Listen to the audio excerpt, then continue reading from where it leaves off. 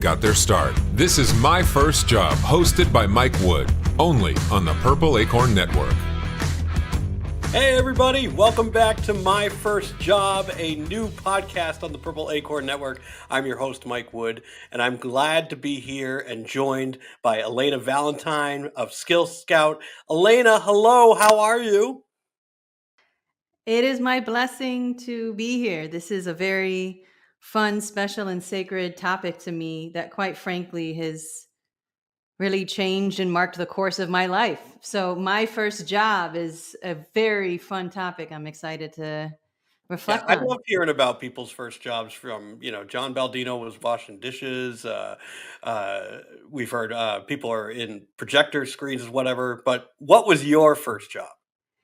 My first job, officially, when I received a paycheck, I was 15 and I was a dancing and singing dinosaur at the Field Museum of Natural History in Chicago, Illinois. I was Teresa the Tyrannosaurus Rex, and I was part of a teens ensemble that performed every Saturday for families to educate and get people excited about the T-Rex Zoo exhibit at the Field Museum. Yeah, now I believe, because I'm a huge nerd, Sue is one of the only complete T-Rexes that the US has. Mike Wood. I try. Okay. Look at you. Yes, Mike. Yes. I'm 90%. a huge nerd. I I love believe it was dinosaurs. about 90% complete. Yeah. Pretty Wow. So incredible. how did you even get involved with this? In that first job specifically, Yeah. it was just friends, in high school that I knew. I was a musical theater kid, and I did musical theater in high school. And, the fact is, like, I was trying to work, shoot, for anyone who would hire me. And so when I found out at 15 that the Field Museum was working with this nonprofit that was bringing together teens from all over Chicago to basically perform at the Field Museum, I jumped at it at $5.15 an hour. And you had to wear a costume, I'm sure. Very. And so, as you can imagine, at 15, trying to look cute, I had a really big red Tyrannosaurus Rex mask, kind of Yeah. like headset, with a tail and a red fit.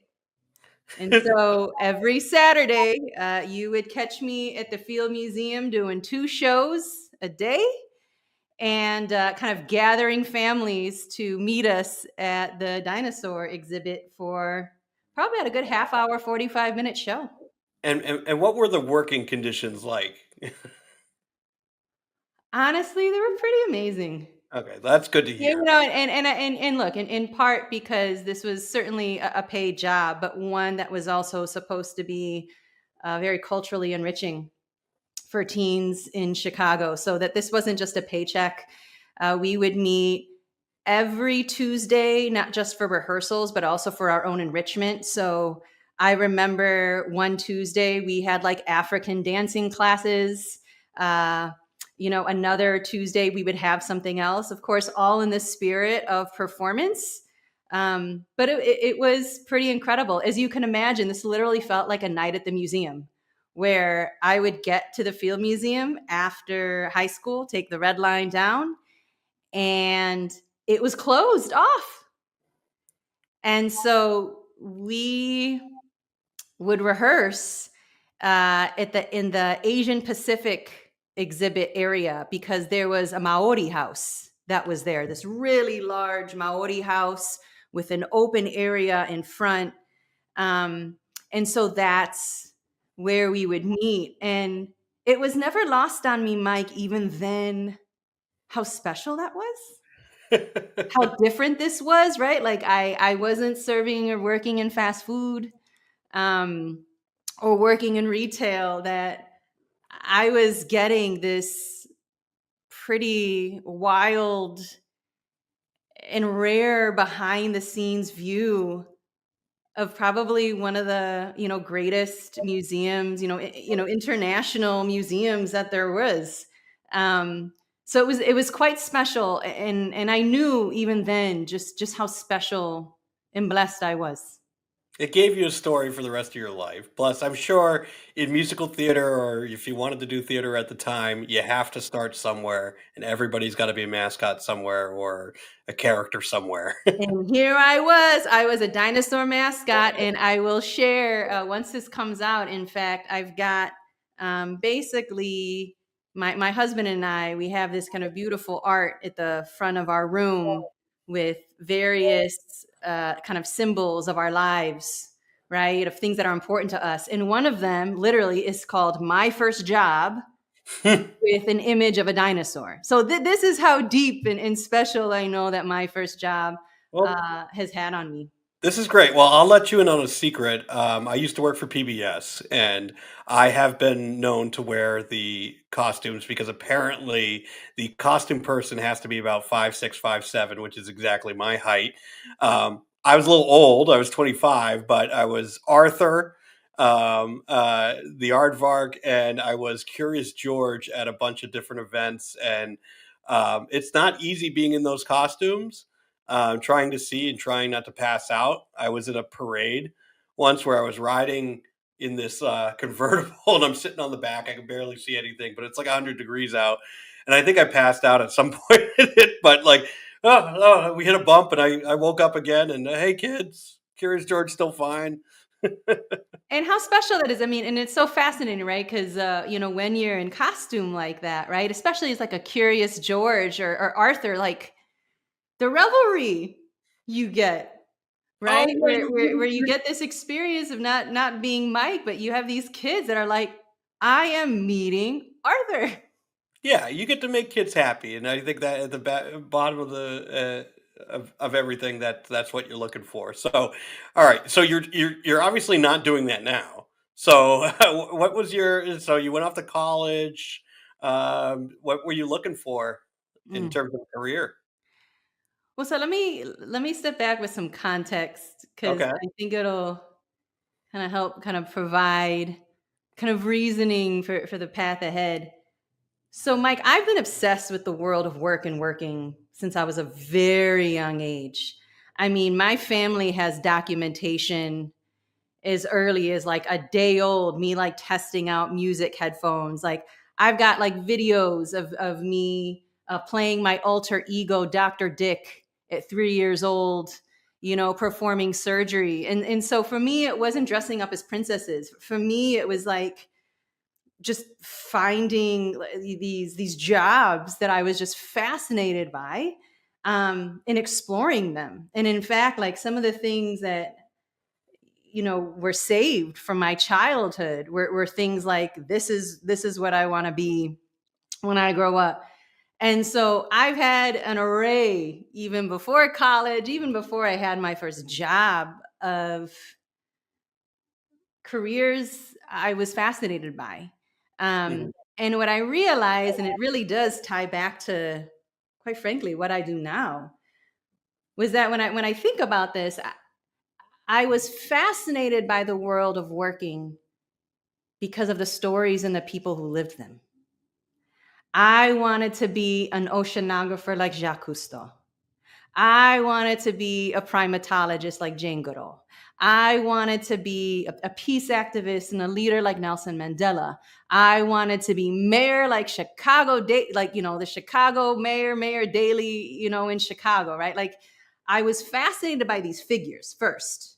Mhm. And it was through their stories, it was through understanding their careers that just helped me really kind of understand a few things. And this is very Studs Terkel of me, coming from Chicago, that a job is not just for daily bread, it's for daily meaning too. And despite the fact that I couldn't articulate that at 12, 10, 15, that's what I knew that this was for me. That a job for me, a career for me, was daily bread and it was daily meaning.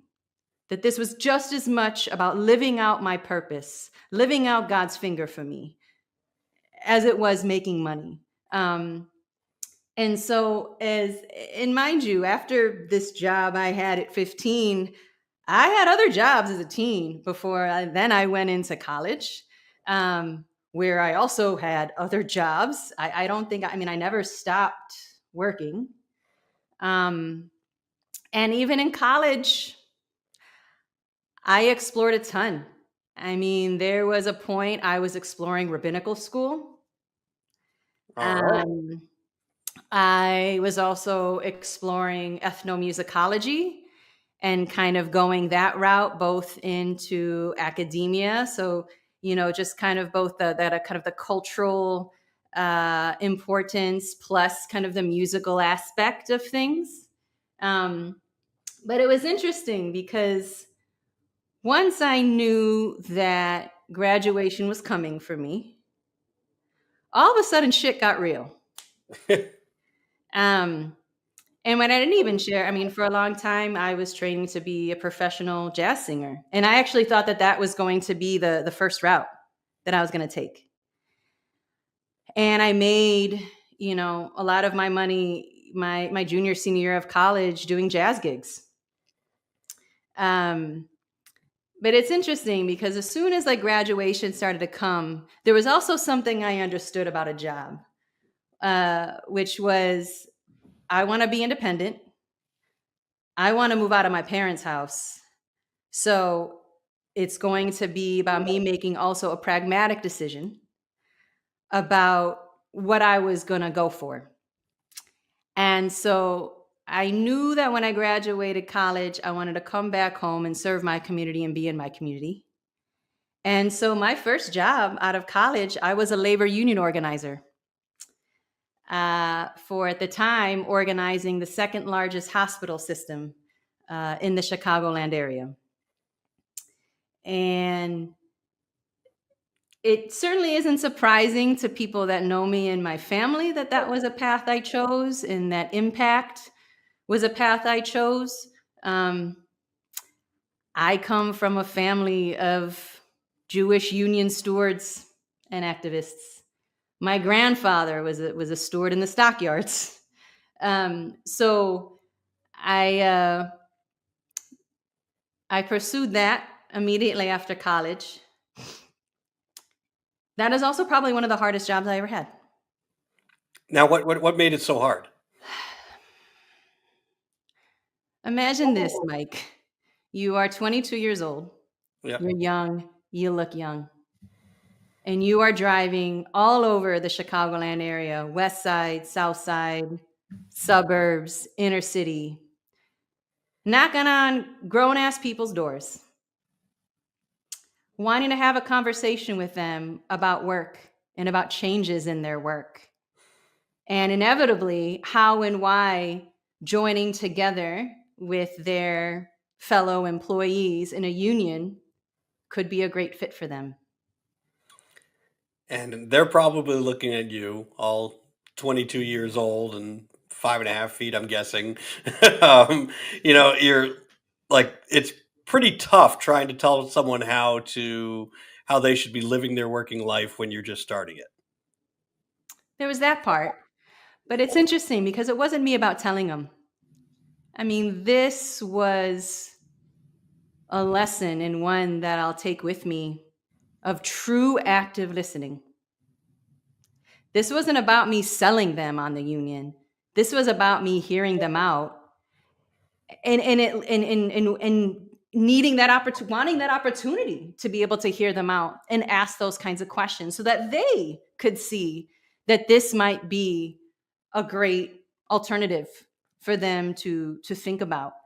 But there was something else that really stuck with me, and it continues to this day. One is having done that, really getting a close-up look at that age of what work meant to people, what work meant to their livelihoods, to their identity, the real fear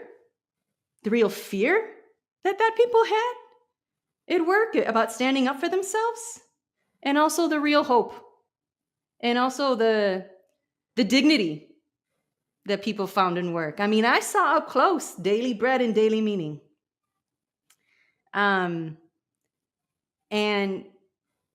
I gotta hand it to the union and to the folks who professionally raised me as an organizer. There's an art and a science to how you do it, and I got some of the best training in active listening and what it means to truly be a behind the scenes force in bringing people together. Because if I did my job right, this wasn't the Elena show. This wasn't even a union show. If I did my job right, it was going to be on them. It was going to be about them and about the unity that they were showing at work. It was the hardest job, and certainly to this day, it continues to impact me in how I lead my life, and how I pursue the work that I do. Yeah, I mean, you're giving voice to the voiceless and hearing what they need, what the real people need on the ground, um, and I'm sure that that's carried forward into the work that you do now. I know you're very creative and whatnot, but I'm sure when you hire creative people, you're very key not to abuse the creative talents of a producer or something like that, right? Yeah, the Southwest founder said, I want to build a company not bounded by fear, but bounded in love. And that's a hard one. Um, and yet it's with that kind of intention for me, both in being a business, not a business owner, but a business steward of my company. Um, that may I walk an intention of leading with love. And that's not just with the colleagues I get to work with, but the clients I get to work with, and in my industry colleagues and friends that I've built beautiful, long-standing relationships with. Well, tell me about your company and what you do and how you've kind of transferred this love of people and their stories into what you're doing now. Yeah. So I'll give you the quick high level pitch, but I think this also deserves a little context in some backward steps for people to kind of understand my walk. Um, so I I'm a business steward of a production and creative studio called Skill Scout. And our mission is to create content to inspire people to act. And in this case, our bread and butter has been creating content to inspire candidates to apply to jobs, to create content to inspire employees of the additional opportunities that are at their workplace, or understanding the why behind some of the changes that might be happening at their workplace. So our bread and butter has been getting to bring to life the stories of work for the past 10 years. And that has looked like jobs, it's looked like culture, it's looked like leadership. Um, every touch point, quite frankly, of the candidate and employee experience, we've touched over the past 10 years. Because here's what we've learned, Mike. We are emotional buyers, not logical ones. We got to touch people's hearts first. And when we think about a job, when we think about a first job, that's a high purchase consideration. Because it's not lost on us that when people are looking at our content, especially in this industry, you have candidates that are asking themselves questions like, is this going to change the generational legacy of my family? Is this worth me uprooting my family from this coast to the next coast? These are major life milestone decisions that we are being given responsibility to tell the highest visions of what that career, what that role could be for them. And so it's not lost on us that it's special, that these are stories worth investing in, especially in today's climate when we need that level of connection and inspiration, and heart kind of back into kind of how we do things. And so what I like to say, Mike, is I have the best job in this industry. because I get to be a fly on the wall of all kinds of companies, all kinds of environments. And for the most part, it's been to hold space for people to reflect on their why and why their work is so special and so meaningful. And it's been one of the biggest blessings of my life to be able to do so. And you get to find that story. You get to find that those little visions of careers in other people, just like when you were a little girl, trying on different hats, so to speak. Daily bread and daily meaning, right? And for us, it's look, our stories aren't exposés. You know, the stories we get to tell is, and again, Mike, I want to be clear. Our jobs are a yes and. There are some joys of work. There are also some daily sucks of work too. There And are. it's not about hiding from that, as it is knowing that my job and my role most often in these engagements is to be able to bring to life the highest visions of what this company and what this role could really be and really mean. And not just about the why of that company, but what this job inevitably does for other people, what this job does to uh, both give folks that purpose, but it's often the purpose of I get to send my kid to college. I get to buy our family's first home. That's real special. Um, and those are the kinds of stories that we seek to tell and bring to life. And Mike, we've been doing it for companies large, small, from manufacturing to actuary. Like, I proudly built this business on the shoulders of small to mid-sized manufacturers in the Midwest. Those are still the shoulders that I stand on. That's still the grit that I have. Um, so this works. I've seen it So work. yeah, let's think about the latest workers kind of entering the workforce. Do you have any advice for them on how to find that right first job by being able to explore their passions and purpose without, just ending up without making a big mistake right off the bat? I'll be honest, Mike, I don't. And I'm not going to even frame it as advice. Um, as I will say, I know what's worked for me.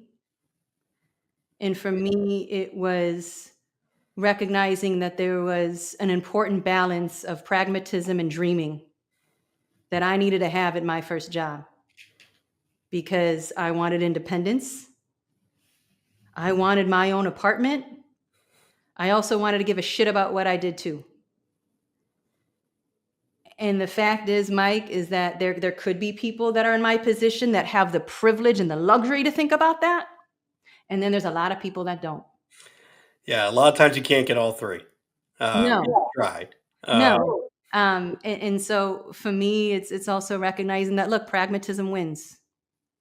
And there are many of us who have a level of responsibility where being compensated and being compensated appropriately is just the necessary factor for them that they have to consider over all else, and that the dignity and the meaning of what they do isn't necessarily going to be about what I do at this job, is it is what this job is going to afford for me at home. So I'm not an expert in this, but for me it's been understanding the position I'm in and the healthy balance of pragmatism and dreaming, um, and which one I can afford to do at the time, because it is a privilege to dream. It is Yeah. a privilege to dream in my job, and that's not lost on me. I love this. I feel like you've said one inspiration thing after another. You say that to I all of the interview features. No, here I am. I'm laughing about like mascot costumes, and you're talking about life meaning. And I'm like, okay, yeah, I really should need to refocus my my efforts on what really is helping the world. But if people want to find you online and some of the work that you're doing, where can they go?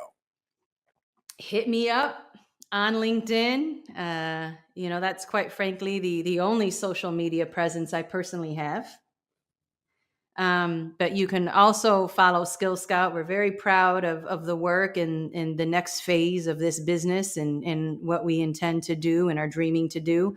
Um, and so you can find us on Instagram and LinkedIn as well. I love that you're capturing the stories and you're fighting for the workers out there. Thank you again for joining me. I look forward to seeing what you're going to do next. And thanks